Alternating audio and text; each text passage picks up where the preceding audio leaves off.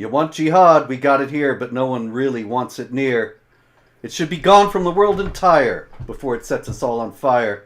But since we see it every day, David Wood is here to explain it away. David, welcome.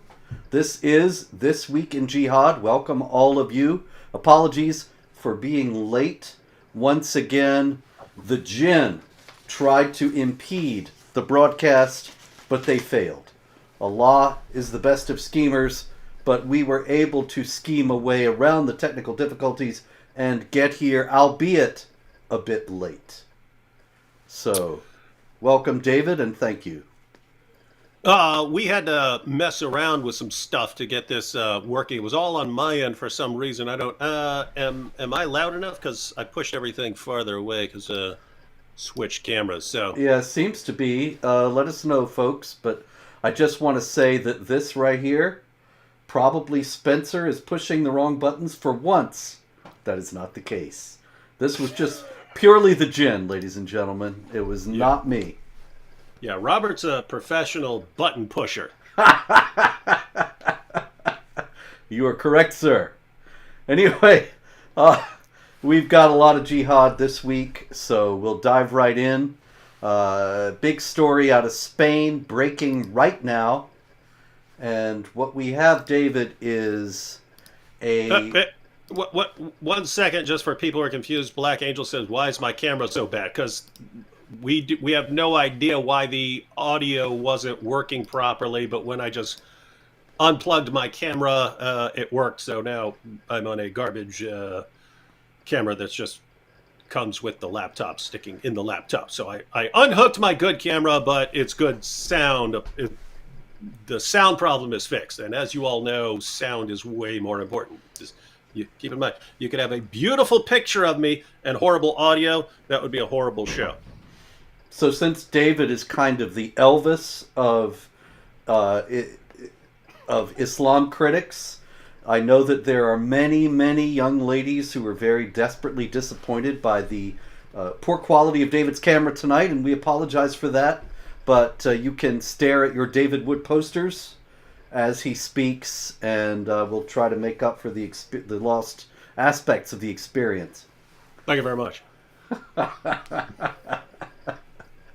Anyway, now we have Spain. And in Spain, in Algeciras, a gentleman from Morocco, I bet, David, that once again, you have a pretty good idea of what he was yelling. Something about Allah, Allahu Akbar, something in that ballpark. It was, "Can't we all just get along?" Actually... Peace on earth, goodwill toward men. Yes, yes. Love your enemies, pray for those who persecute you, that sort of thing. God bless us, everyone, and Tiny Tim. In any case, no, he was indeed screaming Allahu Akbar. And he went to several churches. Those were his targets. So the very, very astute Spanish authorities are considering the possibility that this might have been a terror attack, because you have a Muslim screaming Allahu Akbar, going into several churches. They're leaving other possibilities open, David. I don't want you to think that they're That's racist. good. That's good. We don't want to have any Islamophobia here. But in any case, in all seriousness, he went in. He was wielding a machete, as is the custom these days, and he murdered a sacristan. He seriously injured a priest and 3 other people. He actually entered several churches. Yes, that's right, Black Angel. He entered several churches, and they're still not sure that this has anything to do with Islam. What on earth would make a Muslim want to attack people in churches, David? Why would that happen? I was told it was a religion of peace. Yeah, so you'd think it would be some sort of interfaith dialogue, or maybe inviting people to work out, because that's what jihad is. But people don't understand, like, we've as much as we talk about jihad, we've actually got it pretty good in the United States. Last week, as we have before, we talked a bit about Nigeria being one of those places that's on the dividing line. In other words, you have Muslim dominance on one side of the line and non-Muslim Christians in this case on the other side. Similar situation in India and so on, that these are the dividing lines. And so those places are always going to be targeted by jihadis because they want to keep pushing the line further and further, thus expanding Islamic domains. But places like Spain, that's in the same category with Israel in that there's another reason to target the country, namely Muslims once controlled it, and therefore their leaders drive them out from whence they drove you out as applying in this situation. So they actually have it in a more dangerous situation in that there are people who just believe that you are under constant jihad. You have to be constantly attacked. And if you're Christians, well, that's just a double whammy right there. Christian churches, and you're in Spain, which is a target, in an ongoing target. And so gotta suck. So as much as we talk about how bad things are in the U.S., we're mainly usually talking about like politicians and journalists being stupid, whereas other parts of the world, they got it a bit worse. It must really suck not being able to go to church without being hacked up. Yes, indeed.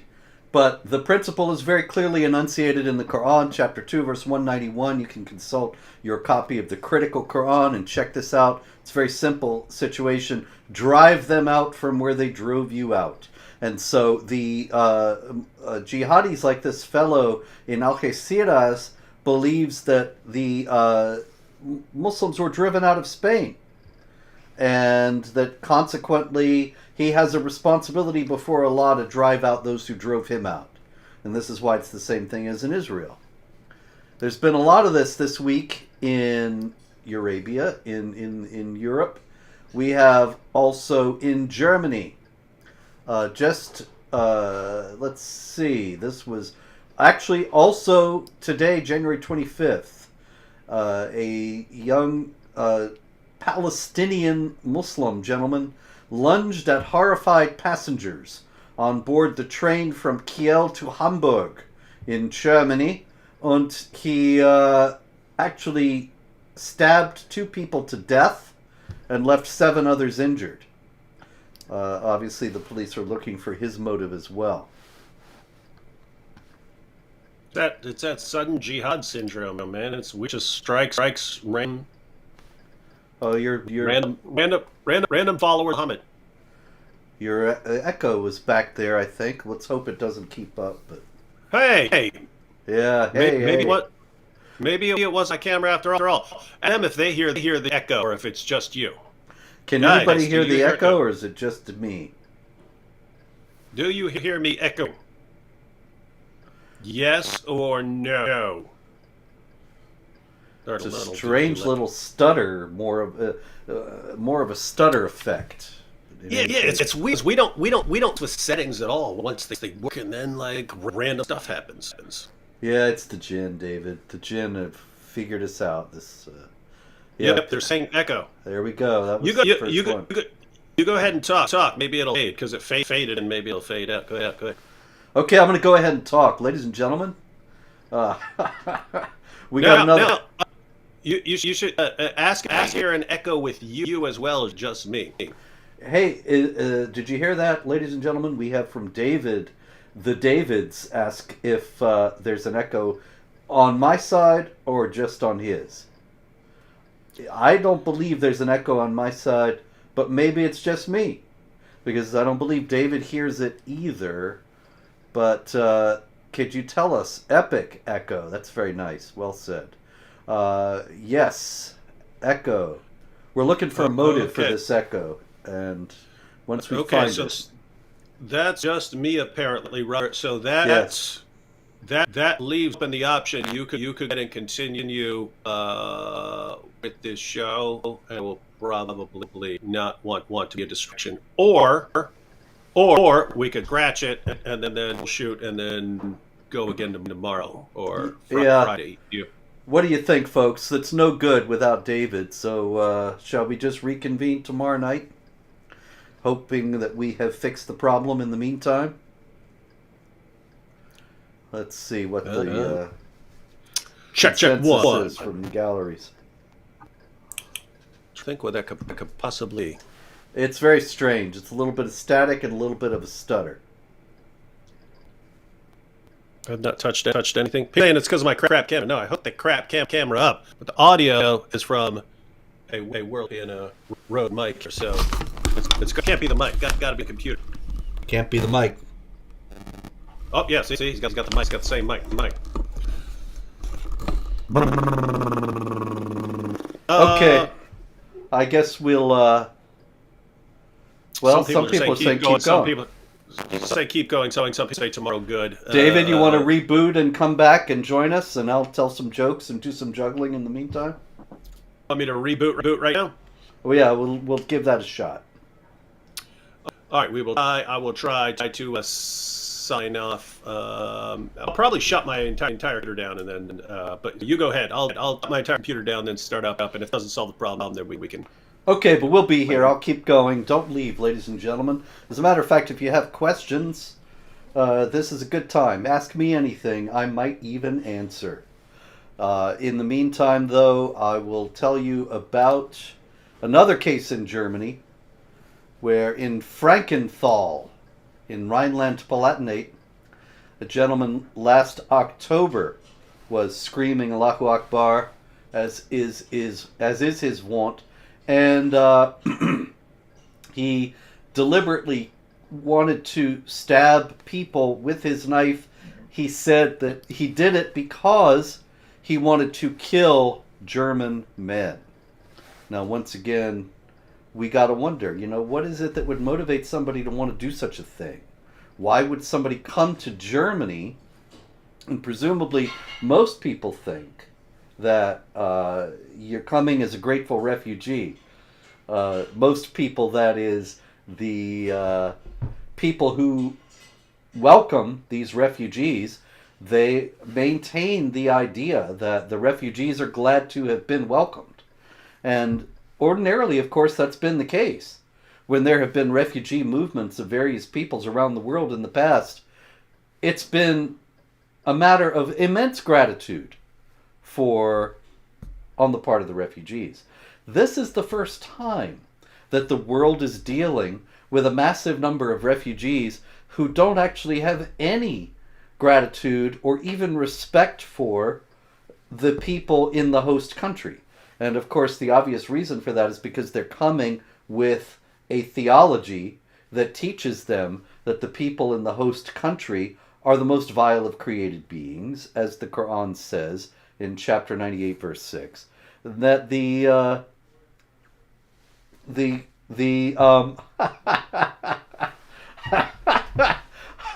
I got to deal with this here. Are you going to make the Quran part 2? The first Quran is a little lacking. The Quran, the critical Quran is available now. It is what the Quran says. I would love to be able to change what the Quran says, but to the dismay and rage of the Islamic apologists, the critical Quran actually just says what the Quran says. And it doesn't sugarcoat it, it doesn't whitewash it, it doesn't mislead, unlike most of the common translations that are available in English nowadays. Jihad issues in Scotland, yeah, I don't have any on hand right at the moment, but certainly yes, there has been and will be jihad activity in Scotland. And I was thinking actually about, in connection with this, writing a book about Islamic eschatology and comparing it to Christian eschatology. That might happen. I'm not sure that's going to happen. But we'll see. In any case, the authorities in regard to the refugees are likely completely baffled that they have these refugees coming into the country, and then the refugees are not being loyal, peaceful, beautiful citizens of their new country. I mean, obviously, I guess some of them are, but the fact that the refugees all over Europe are responsible for a tremendous amount of crime and a tremendous amount of terror activity to a much greater percentage than the native population. the authorities are completely baffled by this, and yet the answers are quite clear and easy. So let's see if our friend David can be heard better. Good evening, David, and welcome back. Yo, how's it sound? That sounded great. That sounded terrific. We'll see if it lasts. Yes, indeed. Meanwhile, we have a negative review here of the Critical Quran. What a lousy book. No plot, stupid characters. Lame dialogue.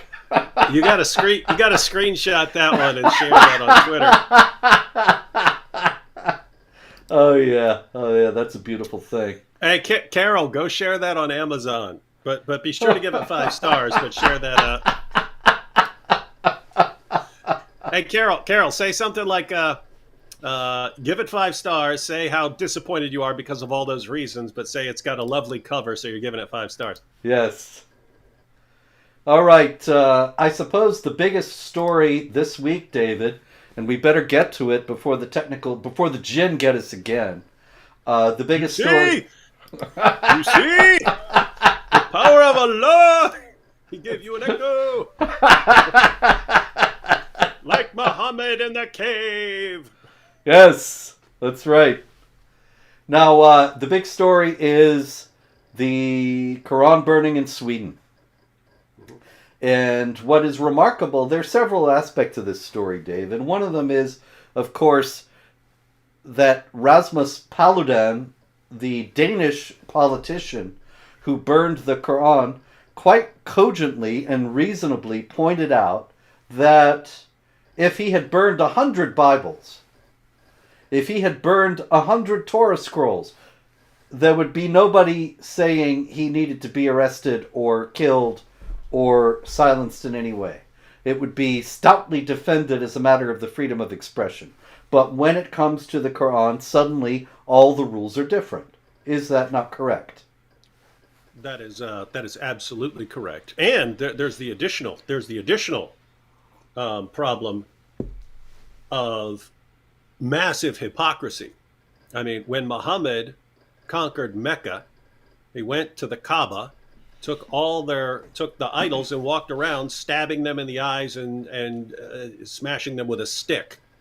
He showed utter contempt for the religious beliefs of the polytheists of Mecca. So there's always this issue of respect our religion, even though we have nothing but contempt for every other religion. And what you'll find is it's very interesting, because every time you have one of these incidents, someone burns a Quran, the response is, but we would never do that with anyone else's religion. It's like, where have you been for 14 centuries?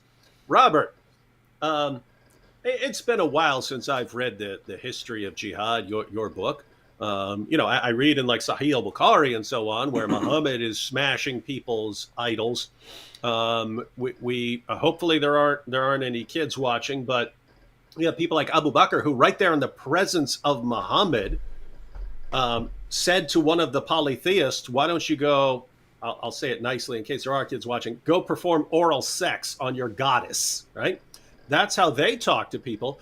And then I seem to recall from your book, The History of Jihad, things like smashing the idols of Hindus and then sprinkling the pieces on the ground around the mosque so that they could walk on them as they're walking to the mosque, showing their dominance. And yet somehow we get to someone burning a Quran and it's, what are you doing? It's we believe in respecting everyone's religion, even though we call you the worst of creatures.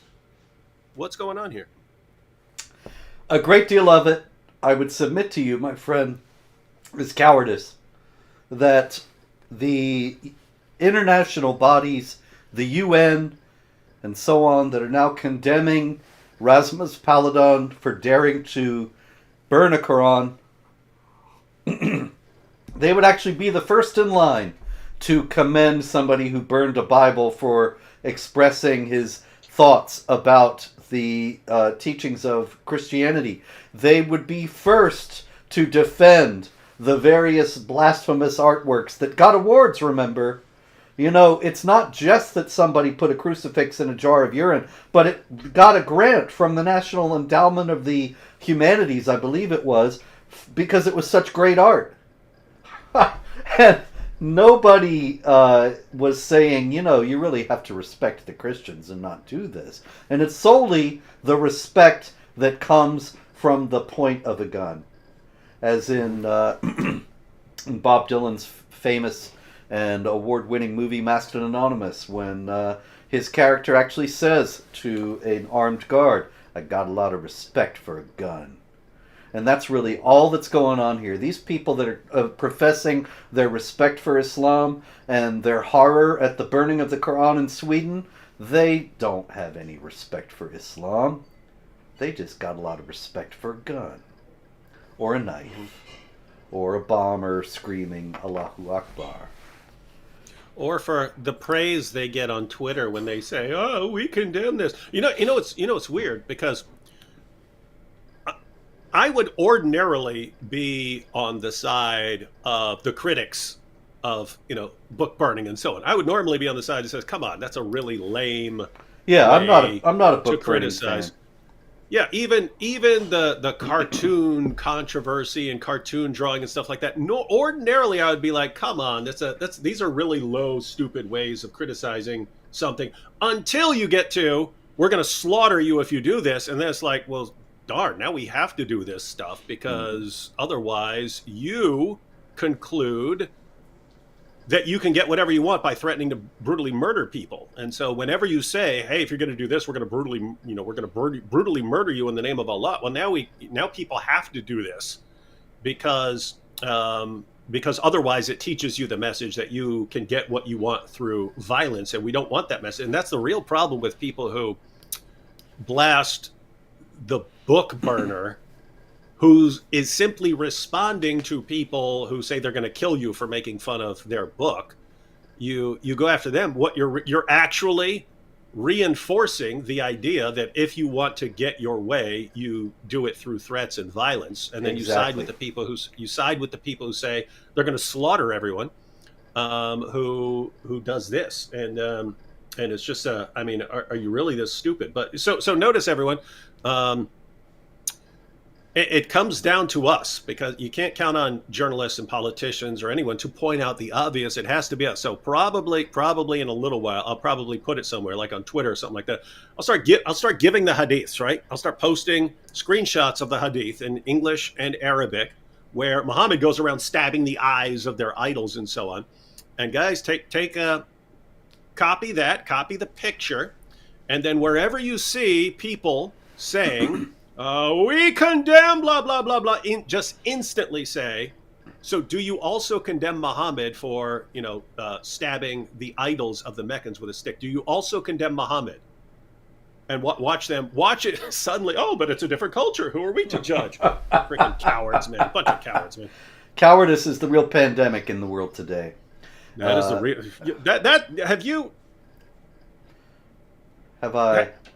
Have you trademarked that one? I ought to, yeah. You should. That should be your tagline. Cowardice is the real pandemic. Cowardice is the real pandemic. Bumper stickers should be issued. Anyway, we got Miguel Ángel Moratinos. He is the High Representative of the UN Alliance of Civilizations, Senor. Miguel Ángel Moratinos. Y Miguel Ángel Moratinos nos dijo, while the High Representative stresses the importance of upholding the freedom of expression as a fundamental human right, he also emphasizes that the act of Quran burning amounts to an expression of hatred towards Muslims. And we cannot have that. It is disrespectful and insulting to the adherents of Islam and should not be conflated with freedom of expression. Now, the problem with that, obviously, is when you start saying that you're all for the freedom of expression and it's a fundamental human right, except that it should be eliminated in certain instances, then you're not really for the freedom of expression as a fundamental human right. Either you are for it or you are not. It is just like being pregnant or not. You can't really say, well, I am pregnant, but there's not going to be any child because I'm not really pregnant. You're entering into the realm You're of see- incoherence here. Yes, No, sir? you don't realize what world we're in, Robert. I can identify as pregnant. I can identify as pregnant. and not be- Yeah, you know, I've forgotten how crazy Things have everything's gotten. changed. Things have changed. Yes, yes. You're talking 20 years ago, man. We're in 2022 now. I'm an old man, David. I can't move with the times that quickly, especially when it's moving from sanity to insanity. But Miguel Angel Moratinos, he his statement, nonetheless. I know this is an age of absurdity and an age of contradiction, but he is totally incoherent here. He cannot uphold the freedom of expression as a fundamental human right and then say, but you can't burn the Quran. And he also cannot assume that the burning of the Quran is an expression of hatred toward Muslims. Nobody, David, nobody in this entire controversy, and there have been foreign ministries all over the world calling in the Swedish ambassador and yelling at the Swedes, and even the Prime Minister of Sweden condemned Rasmus Paludan for burning the Quran. Not a single person said, well, you know, I can see why somebody might not like the Quran. I can see that a book that teaches that I'm the most vile of created beings because I don't believe what's in it, and that I should be made war against, I should be fought until I submit and accept the hegemony of this system that hates me and holds me in contempt. Nobody said anything like that. Nobody said, oh, there have been 40,000 jihad terror attacks around the world since 9/11. Maybe some people don't like the fact that all of them were inspired by the Quran. It's all just supposedly some gratuitous hatred. Yeah, and I mean, just imagine a very commonsensical response. He burned a book. So what? Get over it. Yeah, it's not like there are no other copies. I got like 30 back behind me.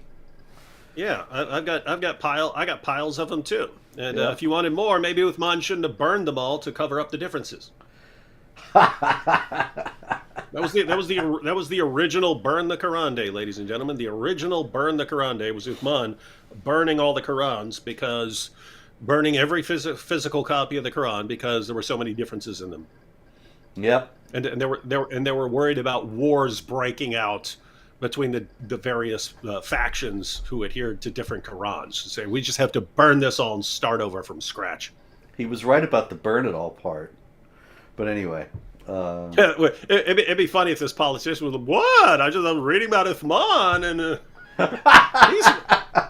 he's my hero. And guys, guess what? Because of the different kirat in different parts of the world, just looks like we just gotta burn them all and start over again. I mean, pick one and we'll burn all the rest. Start with the critical Quran. He could be like, I'm going with the Warsh. This one's not going to work. I'm going to burn it. All right. Oh, by the way, that would be brilliant. That would be brilliant, Robert. What's that? If people like this started saying, wait a minute, Uthman burned all the Qurans to cover up the differences, and yet here we are 14 centuries later, and there are all these differences in different parts of the world. You could play clips of Sheikh Yasser Qadi and Shabir Ali admitting that there are different Qurans used in different parts of the world. That's it. And then the dude could say, so what we're going to do is we're just going to use one Quran from now on and burn all the others. And the only one we're using is the critical Quran. And that is the one Quran that we're all going to use now, and all others have to be destroyed. Not according to me, according to the rightly guided Caliph Uthman. Yep. Can't argue with him. All right, let's see. Lots more to go here, David. Let's see what we got. Let's go to the dumb infidels, because there are plenty more of them. As always, they are in such abundant supply. Allah must really love stupid infidels because he makes so very many of them. Okay, so we have... also in connection with the Quran burning, we have the president of Turkey, the eminent Recep Tayyip Erdogan, saying that he's going to oppose Turkey. Turkey is going to oppose Sweden entering NATO. Sweden applied to enter NATO a few months ago, And Turkey has been holding it up with all sorts of conditions. And the new condition is that Turkey has to fight against the enemies of Islam. And otherwise, he's going to not let them into NATO. So it's a very clever ploy, really, because Erdogan is saying NATO has to accept Sharia or we're not going to let in Sweden. And Wow. the Europeans are probably dumb enough to fall for it. Yeah, they are dumb, aren't they? Yes. And I think I speak on behalf of everyone in NATO when I say, who needs Sweden or Turkey? Right? Indeed. I mean, let's face it. When you say, "Hey, you're messing with NATO," you're really saying you're messing with the United States and all the countries that we've made an alliance with, so we can put our military bases there. That's what you're really saying. Not saying good or bad, but the idea that now you have to be pro Sharia to be in there, I'd say, yeah, well, maybe much like the United Nations, NATO has just run its course, Robert. I don't know. Yeah, I certainly agree with that idea, but nobody's listening. Yeah, see, Meanwhile, people come up with this great idea for a bunch of nations to be aligned around some common purpose, but then over time, any sort of common purpose goes bye-bye out the window, and then someone injects some horrible purpose into there. And then the organization becomes, the global defender of this horrible purpose. And that just seems to happen. Notice, no matter what the organization is, someone always wants to inject the Sharia into it and then make it the defender of Sharia. What the heck is that, man? well, they're clever. They never miss a trick. Got to hand it to them. All right. Meanwhile, we have the usual rage from various Islamic countries over the burning of the Quran. The Foreign Ministry of Pakistan said this senseless and provocative Islamophobic act hurts the religious sensitivities of over 1.5 billion Muslims around the world. Every last Muslim is hurt today, David. And so... Well, as we pointed out, the Quran calls Jews, Christians, and other non-Muslims the worst of creatures. So that would offend the feeling, that would hurt the feelings of pretty much everyone else in the world. So what should Muslims do? Should they change their Quran, or should they just say, too bad or something like that? Because that's what I don't get. When it's their hurt feelings, then the entire world is supposed to rally around them and protect them. And so when it's everyone else's hurt feelings, it's, who cares? Shut up, we'll kill you. Well, that's what comes from believing that you're the best of people and you're dealing with the most vile of created beings. Obviously, the best of people deserve better consideration than the most vile beings. It's a very simple equation, really. Mm-hmm. Meanwhile, this gentleman, Ramazan Izol. Ramazan Izol is the head of the Turkic World Council. Turkic World Youth Council, excuse me. And that is not an inconsiderable organization. He has 511 followers on Twitter. No, I'm sorry, 511,000 followers. Oh, I on thought you were Twitter. saying 511. I was like, what? No, he's got 500,000 followers on Twitter, and you can see his charming visage there, in place of mine. He's got that determined and angry stare that is so often common. I have to point out the beard and the dude always wearing a suit. I wonder where he got that idea from, Robert. Yeah, you gotta wonder. He even uses the same tie knot as you. Oh, I tell you, he's probably studying all my moves, but he's very angry, and he actually tweeted openly. He tweeted on let's see, today is Wednesday, so it was Saturday, I believe. He said, "A bastard burned the Quran today in Sweden. Why are you silent as Muslims? If I catch this rascal who burned the Quran, I will burn him alive." That's what he said. You said, look at him. He's going to burn Rasmus Paludan alive. You can see he's gonna get him. can see it. Yep. What'd you call his organization? The Turkic Youth? World Youth Council. Turkic World Youth Council. And he has 511,000. Has the same ring as like the Hitler Jungen. You know what I mean? The Hitler Youth. Yeah, that's true. I'm sure there are quite a lot of similarities. I'll bet they have very similar views about Jews. Meanwhile, the UN, this is a good one here. I should get this picture too here, David. Really, I got to think more visually, David. This is a visual medium. Well, I can't even tell where you're going with this, because what could possibly go wrong with the UN? The UN, here are a bunch of, you see this picture? Here are a bunch of UN officials, and they are posing happily in front of the Taliban flag. Well, they're posing all right. That is the particular version of the Shahada flag, the flag bearing the Islamic profession of faith. But these stupid infidels, that is the symbol above that. It makes it very clear this is the Taliban, the new national flag of Afghanistan, and there they are. They're very happy to be associated with the Taliban. Can you imagine, though, if they had a, if for some reason you and I walked in and there was a cameraman, these guys would be absolutely frightened to get in a picture with us and be running in the other direction. See? Yes. Yeah. Can't have us. Yep. You can't have foes of jihad. Isn't that, I mean, gosh, isn't that amazing? Like, the Taliban. I just shared, I think, I don't know if, was that last night or early this morning or something like that, shared a video of a little Afghan girl, because they're not allowed to go to school anymore, posting a video, and she's just telling other Afghan girls to, hope for the future and try to learn on your own at home however you can, until the day when you can rise up. And meanwhile, the rest of the world is, hey, how can we be buddies with the guys who are doing this to girls? Yep. By the way, that's not all these dudes are doing to those young girls. That's true. Just so y'all know. Well, they're just imitating Muhammad. True. Canada, meanwhile, is bringing Jihadi Jack. You heard about this? Canada. Oh, yeah. Canada. Yeah, it's up in Canada, eh? So, they had a meeting at Tim's, and they decided to bring Jack Letts home. Jack Letts is actually a British citizen. You may remember Jack Letts, David. Jack Letts is Jihadi Jack.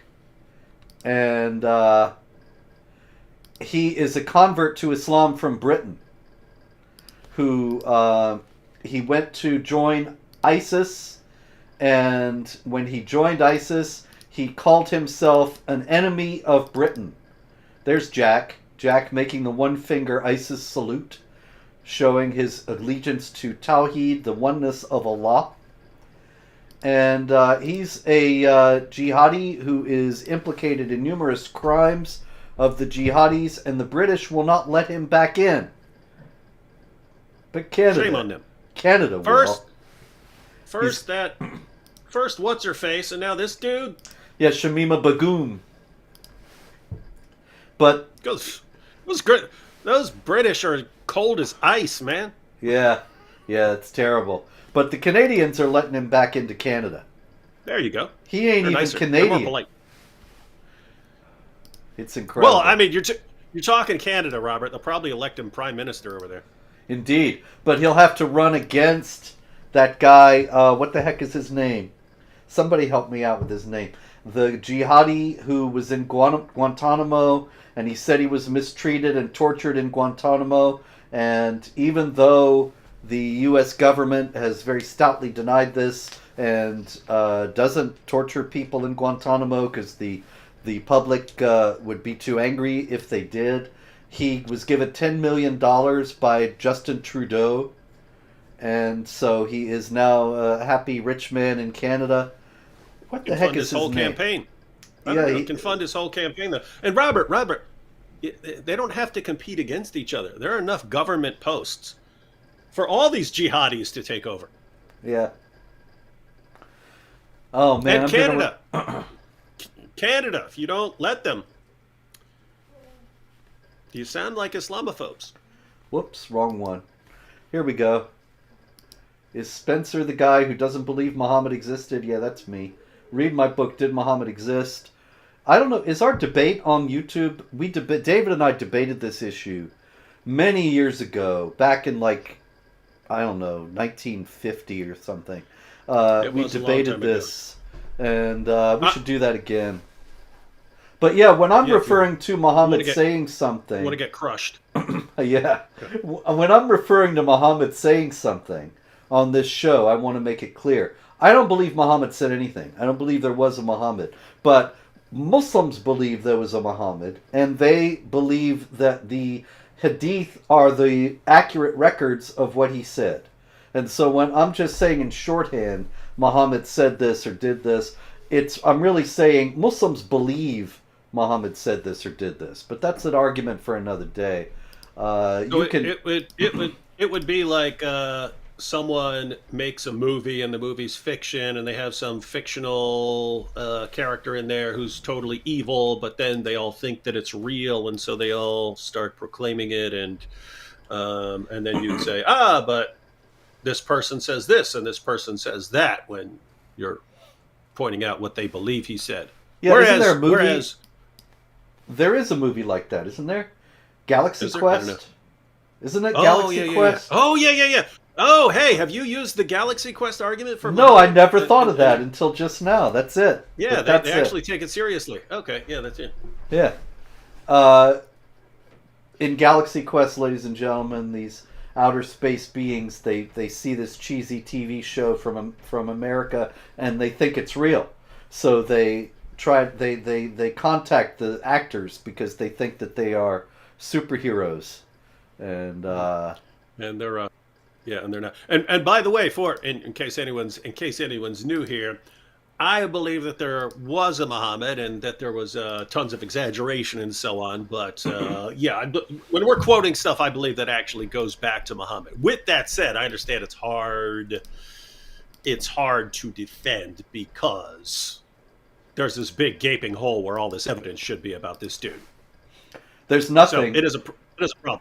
The gaping hole is specifically that in the century he's supposed to have lived in and done all this, the 7th century, there are only a few mentions of him, and none of them correspond to what we are told about him in the canonical Islamic stories that come from 200 years later. That's the big problem. Yeah, and notice this wouldn't be a problem if you said, hey, there's some guy Muhammad and he lived in this little village and he taught some, he taught some things and then his religion eventually exploded, something like that. There you wouldn't expect to find much, right? But when the guy is supposedly going around conquering Arabia and challenging all these other, he's challenging the Romans, he's challenging the Persians, everyone's terrified of him, everyone's heard that there's this real prophet. Problem is, we have records from those times. No one's ever heard of this dude. So, yeah, just one more, and then we'll actually get back to Jihad. But there's a very famous set of hadiths in which Muhammad writes letters to the world leaders of the day, to Heraclius, the Roman emperor, to Khosrau, the Persian king, and he tells them who he is and invites them to accept Islam. And then there are stories about Heraclius being deeply impressed, and he's going to go for it. He thinks Muhammad's the prophet, but then his assistants get all upset and persuade him not to go through with it. Now, I just finished writing a book about the Byzantine Empire. It'll be out in a few months, and I was very closely going back to the primary sources, the Byzantine chronicles of the period, all through the history of the Byzantine Empire. And all through the career of Heraclius, there is no indication whatsoever that not only that he got a letter from Muhammad, or that he ever heard of Muhammad. There is no indication in the Byzantine records that anybody knew anything about Muhammad until much later. Yeah, and so everyone keep the position that is completely nonsensical and that is totally at odds with all the evidence is the standard Muslim view, where all these sources are completely reliable, at least if they're sahih and so on, so they take all these things seriously. For the rest of us who are actually looking at the historical evidence, you either have Robert's position that Muhammad didn't actually exist, that these things were invented later, or hey, there was a Muhammad and blah blah blah, but a ton of this has been massive. His significance was massively exaggerated and lied about. Those are the positions you could try to defend. But I see somebody saying the debate is on YouTube, so give that a watch, folks. It was a lot of fun, and it's what was really fun about it, from my standpoint anyway, is that I've only ever debated Muslims, and this was so refreshing to debate David because it was actually dealing with rational arguments that were on topic. Every other debate I've ever had with Muslims, it's all... You're destroyed! You got destroyed, boy! It's me! Yes, totally destroyed. You're finished! But it was all just Robert. Ad hominem abuse, or off-topic rants, or deflection and lies. That's basically Robert, all it was. Every last time. We should debate it again, but then the entire time I'll just call you an Islamophobe. That'd be awesome, wouldn't it? Yeah, that would be just like all the Islamic debates. Yeah, what we should do is have a debate as if we were debating like the people we debate. Yeah. That'd be awesome. We just insult each other the entire time. I can't believe I'm talking to this man. He doesn't know the most basic things. A third grader could know what he knows. Anyway. Classic. Or we should do two back to back. One is ourselves and two as yes. Yeah, the debate and then the debate Islamic remix. I like this. Dawa style. Yeah, it's going to be great. All right, let's do some. This is supposed to be jihad. We should do some jihad. Yeah, what are you doing? You're talking about. Yeah, it's terrible. I got distracted Quit distracting Robert. Quit distracting Robert with these comments. Belgium. Brussels train station. It's funny how these things travel in packs, David. Have you noticed that? We had the guy on the train in Germany, and he's attacking people. And this is a guy in the train station in Brussels, and he's attacking people. He slashed commuters at the train station while screaming what? Allahu Akbar, just like his other buddy. Yeah, unfortunately, once again, no innovation, no bidah, no new ideas. No, can't we all just get along? And we've talked about this before, that like as soon as like one person crashed a truck into a crowd, then like there was this series of them where everyone gets the same idea. Now it's I stabbed a guy in a train station. Oh, let's all do the same thing. By the way, you want to know how weird people are? So that was one of the few terrorist attacks, even though they happen every day. It's one of the few I heard about. So I tweeted this. How did I put it? I said, this terrorist attack in Brussels is as revolting as the sprouts for which the city was named. And then people started messaging me defending Brussels sprouts. Yeah, I was just about to start myself. They're like, no, Brussels sprouts are okay. And I was like, there's a terrorist attack and you're defending Brussels sprouts? Yep. Well, it's their claim to fame. I mean, it's either that or the EU. I would defend Brussels sprouts over the EU. Anyway, let's go around the world, David, hit some of the jihad hotspots. Democratic Republic of the Congo, the Allied Democratic Forces, which despite its name is a Ugandan jihad group dedicated to establishing a caliphate in East and Central Africa. They raided a village in eastern Congo in Beni, which is a jihadi hotspot, killed 20-some people. In Turkey, there were demonstrations. Tens of thousands of people. The crowds are absolutely staggering. Massive, beyond measure. And they are protesting against all the people who hijack their religion of peace and commit acts of violence in its name. But actually, in all seriousness, you know what they were protesting, David? They were protesting against the Qur'an-Burning in Sweden. But what's interesting is something they said while they were marching around in Turkey protesting. They said, Europe's fear is Muhammad's army. Europe's fear is Muhammad's army. Reminded me of Muhammad. I have been made victorious through terror. Mm-hmm. And all the apologist clowns who say, oh no, that means just the fear of God. The awe in the face of the majesty of Allah. But obviously the Turks here, they don't have that idea at all. This was also, I should note, this was in the city, the Turkish city of Batman. That's the name of the town. Yeah, that's interesting, because I'm the Robin to your Batman. You know what? You know what's stupid? It's like, one, think about how delusional that is. I mean, is anyone scared of Muhammad's army? Because of Islam's impact on science, they're never an advanced army, right? We're concerned about stupid politicians and stupid journalists and stupid educators and stupid entertainers, dumb, collectively known as dumb infidels, who keep defending the ideas of an illiterate Arabian caravan robber and blocking all criticism of his ideas. If we didn't have that issue, no one would. I mean, who's scared of the armies of Islam? What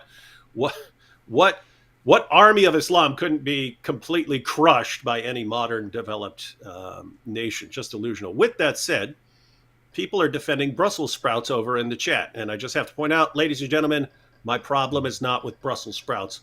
My problem is with vegetables in general. So just clear up. All right, but go ahead. All right. Jackie Corley in the comments reminds me about Armenia. I don't actually have any stories queued up about Armenia. That's the problem with these. It's an ongoing story, and so it's. I should have remembered to get a news item about it, but I just go and gather individual news items about specific incidents. And what we have in Armenia, in Artsakh, which is an Armenian enclave that is within the territory of Azerbaijan, the Azeris are now blockading Artsakh, or Nagorno-Karabakh, as they call it, and the Armenians have been trapped in there without supplies, without ways to get food, without electricity, and so on, for over 40 days now. And it's a tremendous humanitarian crisis.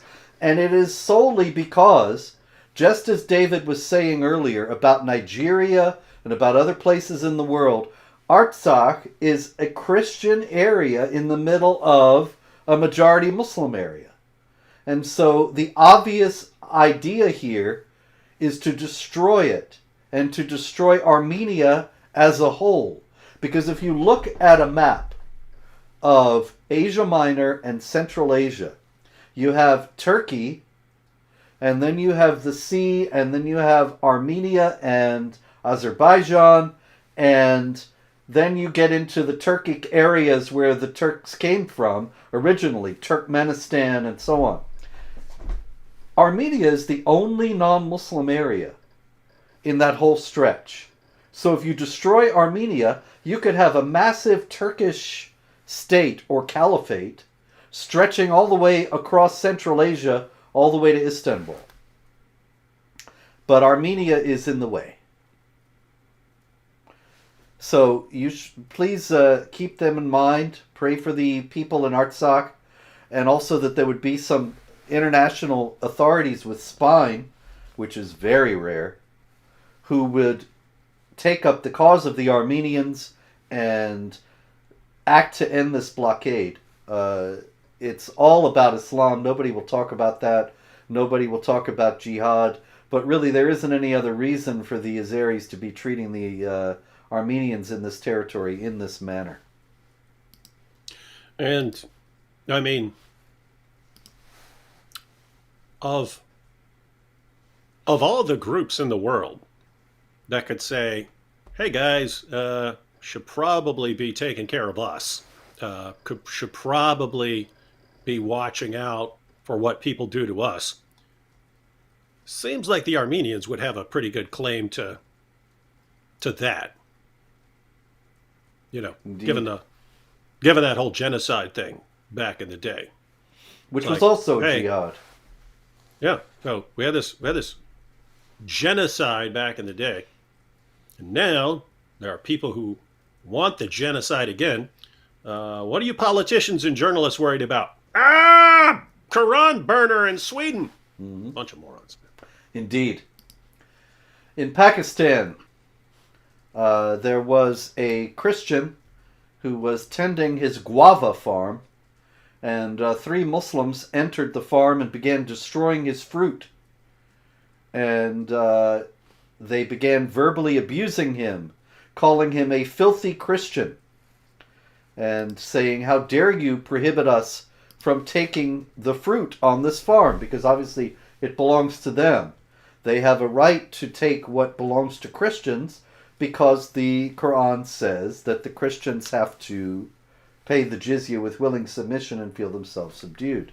Ultimately, they killed this man and warned his family not to go to the police, or they would kill them as well. That was in Turkey. That's been yeah. we've heard that a ton. Usually in Pakistan where we've heard that, right? The whole yeah, we just raped your daughter, but you shut up about it, or we'll just slaughter you all. And then Christians have to actually keep quiet about that. Can you imagine how much that must suck? Like someone can walk up and rape your daughter, and you have to keep your mouth shut because if you don't, like the whole town will just slaughter you.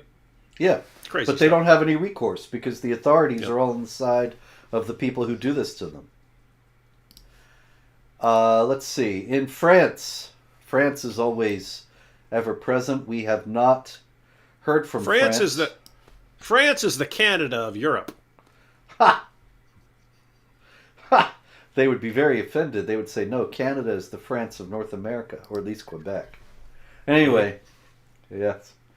I was up there. I was up there in Montreal a few years ago, and this homeless guy comes up to me begging, and he's speaking French. Now, I don't know French, so I just stood there and he said what he said, and I smiled at him, and after a while he saw that nothing was going to happen beyond that, and he went away. And I thought, why are you begging on the street, man? You know French. You ought to be able to go make something of your life. Not, I don't speak French. It's an amazing place, Quebec. There's so many people who speak French there. They're very learned people. Along these same lines, I've only been, I've been to Canada twice. One was flying to Europe, and there was a layover in a layover in Canada, and then flying back, there was a layover in Canada. And weird thing is, if you're flying to Europe, even though the layover is in Canada, you're not technically in Canada in that area of the airport. So I don't know how it works, but somehow you're not actually counted as in Canada. On the way back, then if you're coming from Europe, then technically you're in Canada when you get there. And they were actually waiting for me when I got off the plane, the authorities, because I'm a convicted felon. So they were waiting for me, and they took me, me into custody. They took me into custody, and they told me, since you're a convicted felon, you're not allowed in this country. You'd have to fill out all sorts of paperwork and so on. And then I just had to sign something saying that I know the rules now, and if I ever come to the country again, I'll be instantly arrested and so on. Wow. And then they have an armed soldier escort me to my gate, where then I get to get out of that hellhole. But I'm just thinking how. So wait a minute. So I'm a convicted felon from back in the 90s, and they're still coming at me with like an armed soldier and stuff if I go there. But if you're a jihadi and you joined ISIS, even if you're not from Canada, Canada, hey, let's get all these terrorists back here, because Canada, we're so open-minded about terrorists. Yeah, I was speaking in Toronto a few years ago, so I flew up to Toronto, and there's people there, the people organizing the event are there waiting for me, and I can't get out. they kept me and questioned me for 3 hours in the Toronto airport because I'm a dangerous Islamophobe. And that's Canada, man. It's crazy. If you had slaughtered a bunch of people in the name of Allah, they'd be rolling out a carpet for you. Oh yeah, I'd get $10 million. But anyway, isn't it weird? Like you atheists who are watching, how do you not believe in like a spiritual realm? Like I can't imagine people being this stupid. There has to be like dark spiritual forces at work, because you can't actually be this dumb, and yet they are. Yep. Well, you know, there's I think a strong delusion that people are believing nowadays. I've heard something about that, but anyway, that's yet another topic. Before we go, David, we're coming up to an hour of sorts here, although it's been fraught with difficulties. But nonetheless, I did introduce France. And so this gentleman went to the, how do you say this? Nantes, folks. Nantes? Nantes? Non? Who knows? Is it France? It's French, yeah. I mean, yeah, it could be Fulfin. There's just no correspondence between the letters they use and the... So anyway, he went to the School of Architecture of Nantes. And he wrote a letter to the school, sent it to the school. And it says, I declare war on you. I'd like to see that if he said jihad. But anyway, the English translation, Nantes. Okay, thanks. Nantes. I declare war on you, and yes, I will be hostile to you. I will be your worst enemy. All this will be judged before Allah, the Lord of the universe. Where did he get this idea, David? I thought it was a religion of peace. Must have got it from you. That's it, man. Yeah, you know, there was this crazy guy 20-some years ago. I don't know if you ever encountered him. He's dead now. I won't drag his name into this. But he wrote actually online, and CARE picked it up, that the people of the Hamas jihadis were reading my books. And that's why they were going jihad. They were learning about Islam from me. Otherwise, they would have been a completely peaceful and benign group. And by the way, they've tried it since then. There was some. I think it was the UK where some jihadi was going to court, and he said that he had apparently said when he was testifying, and then I found all this stuff about jihad and blah blah blah blah blah, and I even saw that there were others like David Wood and Robert Spencer who understood this. So it's not just our guys making this stuff up. Anyone can see this and stuff, and then it gets reported. Yeah. Robert Spencer from Jihad Watch, blah blah blah. David Wood is being cited by this jihad. It's like he didn't not have the idea, and then he got it from us. He got the idea, then was like, oh, everyone can see this. Even non-Muslims can see this in the sources. So he's putting all this out to point out, hey guys, I'm actually following my religion here. What's the takeaway? You see, Robert Spencer and David Wood are giving people these ideas. Yeah, the Independent. Right. That's right. Yeah, jihadis of the world are going, hey, we're going to learn about Islam. Where are we going? Let's go to Jihad Watch. I mean, it's right there in the name of the site, Jihad Watch. So, I mean, if we want to learn, we'll go there. Yeah, I used to get that. It's been years now. But for a while, it was daily. I would get several emails from guys saying, I want to join the jihad. How do I join the jihad? And I thought it was the craziest thing. But what's even crazier is that I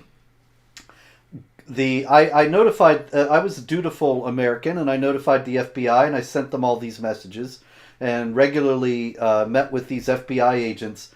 And then after Garland, when it came out that the FBI had been egging on the jihadis who came to kill us all at the Garland event, suddenly, as soon as that came out, all the messages stopped. And I've never gotten a message since then saying, I want to join the jihad. And I gotta wonder, was this the FBI trying to set something up? I don't know. But they did warn me at one time, if you contact these people, you'll be an accessory to terrorism if you respond to them. And so I don't know if that was what the deal was, but it didn't work anyway. Come on, Robert. If you can't trust your own government, who can you trust? Yeah, you know, I get all these death threats. I showed some death threats a few months back on this show, and people said, "Why don't you tell the FBI?" And I thought, well, I'll just give the guy my address. You know? The FBI is probably sending half of them. Yeah, yeah. So that's their jihad. What's yours? Anyway, that's it, man. I'll hit it tomorrow. Anyway, this has been This Week in Jihad. If there is any jihad in the coming week, we might even be back then, God willing. But in the meantime, be safe, say your prayers, understand where you are, practice situational awareness, and never, ever give them an inch. Thank you.